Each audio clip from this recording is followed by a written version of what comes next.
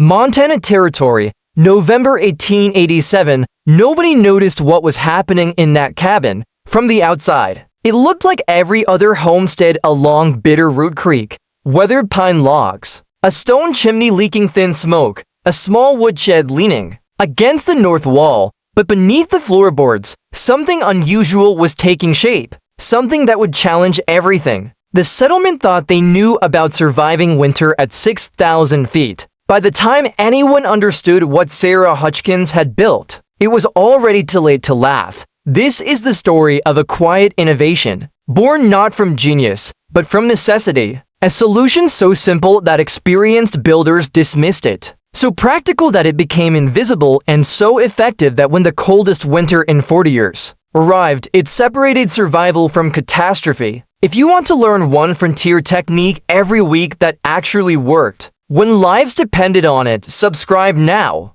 Hit that like button and drop a comment telling me where you're watching from, because what you're about to see might change how you think about shelter itself. Sarah Hutchkins wasn't trying to prove anything to anyone. She was 32 years old in the autumn of 1887, a widow with 2 children, 8-year-old Emma and 5-year-old Daniel. Her husband, a timber cutter, had died in a logging accident the previous spring, leaving her with a quarter-section claim, a modest cabin, and debts to the general store that wouldn't wait for spring. The cabin was solid enough. 14 feet by 18, chinked logs, a riverstone fireplace that drew reasonably well. Plank floor raised 6 in off the ground on cedar posts by the standards of Bitterroot Creek. It was respectable, not wealthy, but livable until winter. The problem wasn't the walls, it was the floor. Every morning from late October onward, frost formed on the inside of the floorboards. The children woke shivering, their breath visible in the dim light. Sarah would wrap them in every quilt she owned and set them near the fire while she cooked cornmeal mush. But the cold radiated up through the planks like the earth itself was pulling heat from their bodies. She burned through firewood faster than she could split it. The wind howled beneath the raised floor, turning the crawl space into a frozen wind tunnel. At night, even with the fire banked and glowing, the temperature inside the cabin dropped low enough that water in the wash basin froze solid. She tried everything the neighbors suggested. Packed straw beneath the floor, hung canvas along the foundation, burned bigger fires. Nothing worked. The cold came from below, relentless and bone deep. By mid-November, Daniel developed a wet cough that wouldn't clear. Emma's fingers turned white at the tips when she helped carry firewood. Sarah herself barely slept, waking every 2 hours to feed the fire, terrified that if it died, her children would freeze before dawn. One night, lying awake while wind rattled the shutters, Sarah made a decision. She was on a dig, not a root cellar, not a storm shelter. Something else, a room beneath the cabin floor where the earth itself would hold warmth. A space insulated by 6 feet of soil, protected from wind, heated passively by the cabin above. She didn't have a name for it. She just knew that if she could get her children below ground level, they'd survive. She told no one, not because she was secretive by nature, but because she didn't want advice. She didn't want someone explaining why it wouldn't work or why it was improper, or why a woman with 2 children shouldn't be digging beneath her own home. She just wanted her children warm. The next morning, before dawn, she began. Sarah started in the northwest corner of the cabin, directly beneath where the children's bed stood. She pried up 3 floorboards, exposing the hard-packed earth below, and she began to dig, not with ambition, just methodically, 1 shovelful at a time. She worked in the early mornings and late evenings when the children were occupied or asleep. The dirt came up in frozen clumps at first, but once she got below 8 in, the soil softened. She wasn't building randomly, she had a plan. The room would be 8 feet long, 6 feet wide, and just tall enough for her to sit upright, about 4.5 feet from floor to ceiling. She would line the walls with riverstone to prevent collapse, and to store radiant heat from the cabin floor above. A narrow ladder made from peeled lodgepole pine would provide access. Ventilation would come from a small clay pipe angled up through the foundation, disguised as drainage. She understood something that most people building above ground didn't consider. The Earth 5 feet down stays roughly the same temperature year-round. In Montana, that meant around 45 to 50 F. Cold by indoor standards, but far warmer than the 10 below nights outside. And if heat from the cabin seeped down through the floorboards, the underground room could reach 55 or even 60 without burning a single stick of extra firewood. It was passive heating, thermal mass, geothermal stability. She didn't use those terms, she just called it staying below the wind. The excavation took 3 weeks. She dug at night, mostly carrying the dirt out in a canvas sack and spreading it thin across her garden plot, so no one would notice a pile, her hands blistered, then calloused, her back HAD. But the hole grew steadily deeper. By early December, she had a space large enough to work inside. She began laying stones, river rock, mostly rounded pieces of granite and basalt she'd gathered from the creek bed over the summer. She dry stacked them carefully, wedging smaller stones into gaps, creating walls that wouldn't shift or crumble. The stones were cold to the touch at first, but she knew that once the room warmed, they'd hold that heat for hours. She left a small alcove in the south wall for an oil lamp. She built a wooden platform along one side for bedding. Tulle-stuffed mattresses she'd sewn from flour sacks. She installed the ventilation pipe, angling it so moisture could drain out and fresh air could seep in. The final step was insulation. She packed the gap between the stone walls and the surrounding earth with dry pine needles and shredded bark materials that wouldn't rot quickly and would trap air. Then she relayed the floorboards above, leaving only a 2ft square trapdoor concealed beneath a woven rug. From inside the cabin, you couldn't tell anything had changed from below. It was a small stone-lined sanctuary, dark, quiet, and warm. Enough that frost wouldn't form. She tested on a night when the temperature outside dropped to 8. She climbed down with a candle and sat on the bedding platform for 20 minutes. The air was still slightly musty, but breathable and noticeably warmer than the cabin above. It worked. She didn't tell anyone, not the neighbors, not the men at the timber camp, not even the children, not yet. She wanted to be sure. She wanted one full cold snap to prove it wasn't just luck, but word travels. In small ways, people noticed Sarah digging, even if they didn't know why. Old Mr. Calloway, who lived a quarter-mile downstream, saw her hauling dirt one evening and called over. "You got a drainage problem, Mrs. Hutchkins?" "Just improving the foundation," she said. He nodded uninterested and moved on. A week later, 2 women from the church stopped by with a basket of preserved apples. One of them glanced at the dirt scattered across the garden and frowned. "You preparing a root cellar, something like that?" The women exchanged a look. "Bit late in the season for that kind of work," one said. "Ground will freeze soon." Sarah thanked them for the apples and didn't explain further. At the general store when she bought candles and lamp oil, the clerk, a man named Horace who fancied himself an expert on homesteading, made a comment. "Heard you've been doing some digging under your place." "I have. Hope you're not trying to add a cellar under the cabin itself. That's a fool's errand." Foundational shift, floral sig. Seen it happen. Sarah paid for her goods and left. No one was hostile. No one tried to stop her,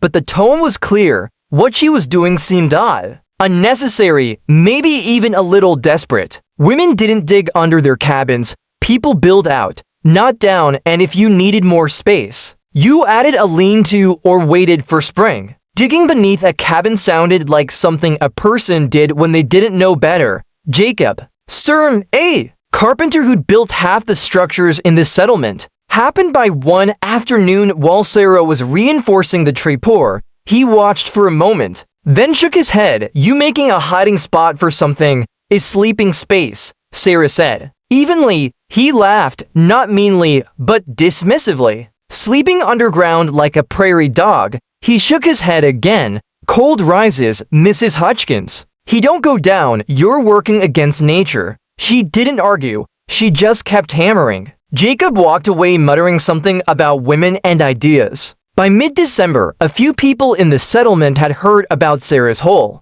It became a minor curiosity. A strange project from a widow who probably didn't know what else to do with her time. No one thought it was dangerous. No one thought it mattered. It was just odd. And Sarah was fine with that. She wasn't looking for approval. She was looking for warmth. On December 18th, she moved the children's bedding down into the underground room for the first time. Emma was hesitant. "It's dark. Mama, it's warm," Sarah said. Daniel, bundled in a wool sweater, climbed down the ladder first. He touched the stone walls, surprised. "It's not cold." Sarah lit the oil lamp and tucked them in. The air was still. No drafts, no wind rattle, just stone, earth, and silence. That night, the temperature outside dropped to 12. Inside the cabin near the fire, it was maybe 50, but in the underground room, wrapped in quilts with the trap door closed, it stayed near 58. The children slept through the night without shivering once. Sarah sat by the fire above,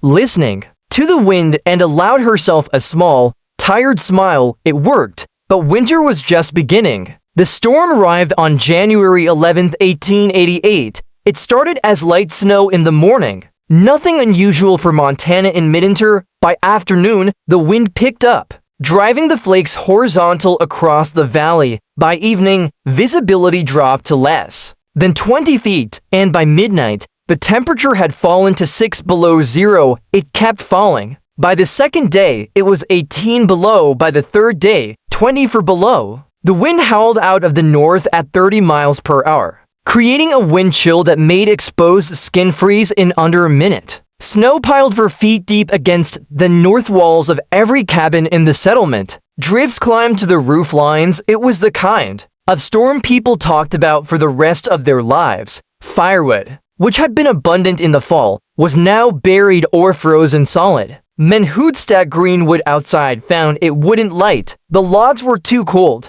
too damp. Fires sputtered and smoked, chimneys clogged with creosote. Some families burned furniture just to keep a flame going. Sarah's woodshed was nearly empty. By the end of the first week, she'd rationed carefully, but the cabin bled heat faster than she could replace it. The fire roared constantly, consuming split pine and willow, but the cold pressed in from every direction. The windows glazed over with ice on the inside. Frost crept across the walls. The water bucket froze solid within an hour of being filled. On the 8th night of the storm, the temperature inside the cabin, despite the fire, dropped to 38. Sarah made a decision. She banked the fire low, just enough to keep the chimney warm and prevent downdrafts. Then she gathered the children, wrapped them in every blanket she had, and led them down the ladder into the underground room. Stay with me, because what happened next didn't just save her family. It changed how the entire settlement understood what shelter really means. Emma carried the oil lamp.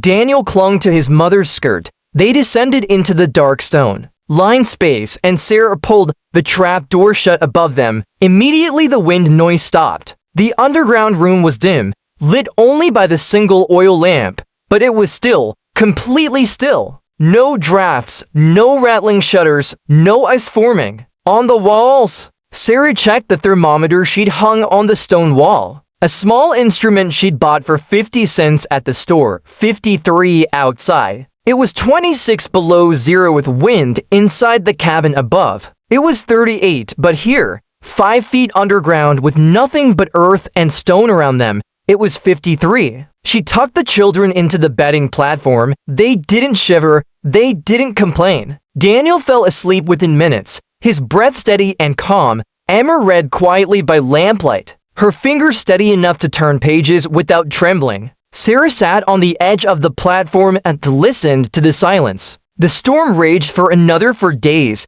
During that time, Sarah climbed up into the cabin only twice a day, once in the morning and once in the evening to feed the fire just enough to keep it alive. She'd spend 15 minutes up there shivering, then retreat back underground. The rest of the time, they lived below. They ate cold cornbread and dried apples. They told stories. They slept and they stayed warm. On the 12th day, the wind finally stopped. The temperature climbed to 10 above zero, practically balmy by comparison. Snow glittered under a clear sky. The settlement began to dig out. And that's when people started noticing The first person to notice was Margaret Briggs, a neighbor who lived 3 cabins downstream. She came by on the 13th day after the storm began, carrying a jar of beef broth she'd managed to keep from freezing. She knocked on Sarah's door, expecting to find a cold cabin and a desperate family instead. She found Sarah calm,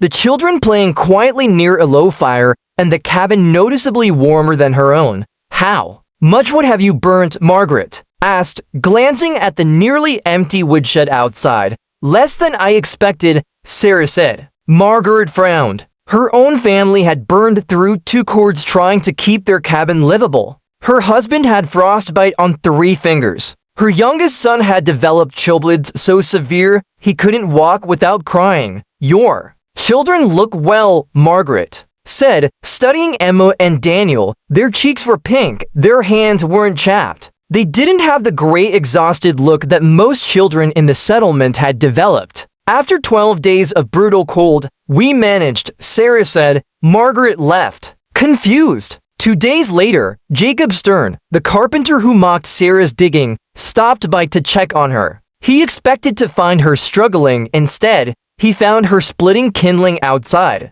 her children playing in the snow, all of them dressed warmly, but not desperately. "You made it through," he said, surprised. "We did. How much firewood you got left?" Sarah gestured at the shed. "Maybe a quarter cord, for most families. That would have been gone by day 4 of the storm." Jacob looked at the cabin, then at the chimney. The smoke was thin, barely visible. He'd been burning 3 times as much, with just to keep his own place above freezing. "What did you do different?" he asked. Sarah hesitated, then she said, "We stayed below the wind." He didn't understand at first. Then he remembered the hole, the sleeping space she dug. "You used it." "We did." Jacob studied her for a long moment, and it worked. "It kept us warm." That afternoon, Jacob told his wife. His wife told Margaret Briggs. Margaret told the pastor's wife. By evening, half the settlement had heard that Sarah Hutchkins and her children had survived the worst storm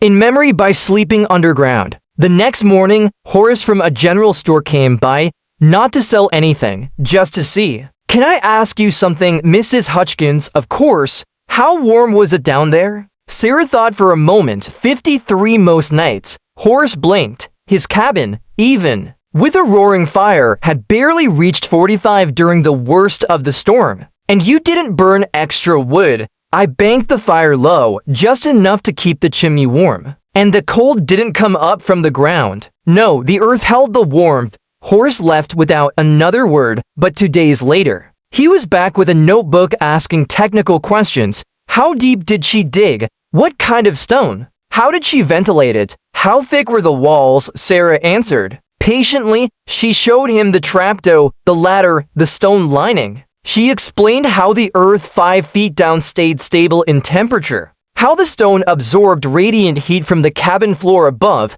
how the insulation trapped air. Horace took notes, then he asked, "Could I build one?" "I don't see why not." Within a week, 3 families had started digging. The numbers were impossible to ignore. During the 12-day storm, most families in the Bitterroot Creek settlement burned between 2 and 3 cords of firewood, trying to keep their cabins livable. Temperatures inside, even with constant fires, range from 35 to 48 F. Sarah burned less than half a cord, and her underground room stayed between 52 and 56. Warmer than most cabins with fires blazing, the thermal efficiency was dramatic. The earth itself acted as insulation, buffering against the wild temperature swings outside. The stone walls stored radiant heat during the day and released it slowly at night. The lack of wind meant no convective heat loss. And because the space was small and low ceiling, body heat alone contributed to T3 of warmth. It wasn't magic, it was physics. But to people who'd spent 12 days shivering despite burning through their winterwood supply, it felt like a revelation. By late January, the pastor mentioned it in a Sunday sermon, not as a miracle, but as an example of practical wisdom. Sometimes, he said, the best answers are the ones we overlooked because they seem too simple. Jacob Stern, the carpenter who laughed at Sarah's digging, publicly apologized. I was wrong, he told her after a church. I thought he didn't go down. Turns out it does, and it stays there. Sarah nodded. She didn't gloat. She didn't lecture. She just said it worked for us. Maybe it'll work for others, and it did. The technique spread quietly, the way good ideas do in small communities. Jacob Stern built an underground sleeping space beneath his own cabin that spring. He used Sarah's design almost exactly. Riverstone walls, dry stacked and packed with bark insulation, a small ventilation shaft, a trapdoor hidden beneath a rug. The following winter, his family used it every night from November through March. He later told the settlement council that it cut his firewood consumption by nearly 60%. Margaret Briggs didn't dig beneath her cabin. The foundation was too shallow, but she built a partially buried addition on the north side, with stone walls sunk 3 feet into the earth and a sod roof. For extra insulation, it worked almost as well. By the winter of 1889, 7 families near Bitterroot Creek had some version of Sarah's design. Some dug full rooms, others created smaller sleeping loves. A few combined the idea with root cellars, using the same space for food storage and emergency shelter. The settlement didn't adopt it universally. Some people still preferred above-ground living, and that was fine, but the option was there now, proven and practical for anyone willing to dig. What made it spread wasn't salesmanship. It was results. People saw that Sarah's children stayed healthier through the winter. They noticed her wood supply lasted longer. They watched her survive storms that broke other families, and they thought, if it works for her, maybe it'll work for me. The technique adapted to local conditions. In areas with high water tables, people built raised sleeping platforms with earth berms instead of full excavations in rockier soil. They used timber cribbing instead of stone walls. In places where ventilation was difficult, they installed double pipe systems to ensure airflow. By 1892, the Bitterroot Creek settlement had a reputation in the territory for earth-smart building. Visitors noticed that fewer families struggled with winter fuel shortages. Fewer children developed respiratory illnesses from constant exposure to wood smoke. Fewer cabins showed signs of desperate overheating. Cracked chimneys, scorched walls, burned out fireboxes. It wasn't revolutionary, it was incremental. But over time, those increments added up. Sarah herself never promoted the idea. She didn't write articles or give lectures. She simply lived her life, raised her children, and answered questions when people asked. The underground room became part of her cabin's identity, not a novelty, but a feature. When she eventually remarried in 1894, her new husband, a school teacher named William Draper, slept there without complaint. It's warmer than the rectory I grew up in, he said. The children grew up considering it normal. Emma later built a similar space beneath her own homestead in Idaho. Daniel, who became a stonemason, incorporated earth shelter designs into several public buildings in Missoula. By the early 1900s, the practice had spread beyond Bitterroot Creek. Homesteaders in Wyoming, North Dakota, and Alberta reported using Montana-style sleeping cellars to reduce heating costs. Agricultural extension agents began recommending partial earth sheltering for livestock barns and workshops. The secret bedroom wasn't secret anymore, it was just smart. And it all started because one woman facing a cold floor and dwindling firewood decided to dig. Not to prove a point, not to challenge convention, just to keep her children warm. Sarah Hutchkins didn't invent earth-sheltered living. Humans have been using the thermal stability of underground spaces for thousands of years, from the pit houses of the ancestral plains to the dugouts of the Great Plains, from the Icelandic turf homes to the Japanese Hana storage pits. What Sarah did was remember something that modern building practices had started to forget. The earth itself is a resource. At a time when most frontier families were focused on building up taller cabins, bigger fireplaces, more wood, she looked down. She trusted the ground beneath her feet to do what it had always done, hold steady. The result wasn't just survival. It was efficiency, a 50% reduction in firewood consumption, a 15 temperature difference during the worst cold snaps, a shelter that required less maintenance. Less fuel and less desperation. It didn't require advanced engineering. It required observation, patience, and a willingness to work with nature instead of against it. That's the lesson here. Not every solution needs to be complex. Not every innovation needs to be loud. Sometimes the best answer is the one that's been under your feet the whole time. If you found this story valuable, hit that like button and subscribe, because every week we uncover one more technique that our ancestors used to survive when failure was an option. Drop a comment below. Where are you watching from, and what's the coldest winter you've ever faced? The frontier is full of forgotten wisdom. Let's remember it together. Educational note: this video presents historically inspired reconstructions for educational and storytelling purposes. Characters, names, and specific events are fictional, while the techniques, concepts, and principles discussed are based on real historical practices and well-established physical or practical knowledge. Any modern application should be evaluated according to current standards, safety guidelines, and applicable laws or regulations. This content is educational in nature, and it does not constitute professional, technical, or legal advice.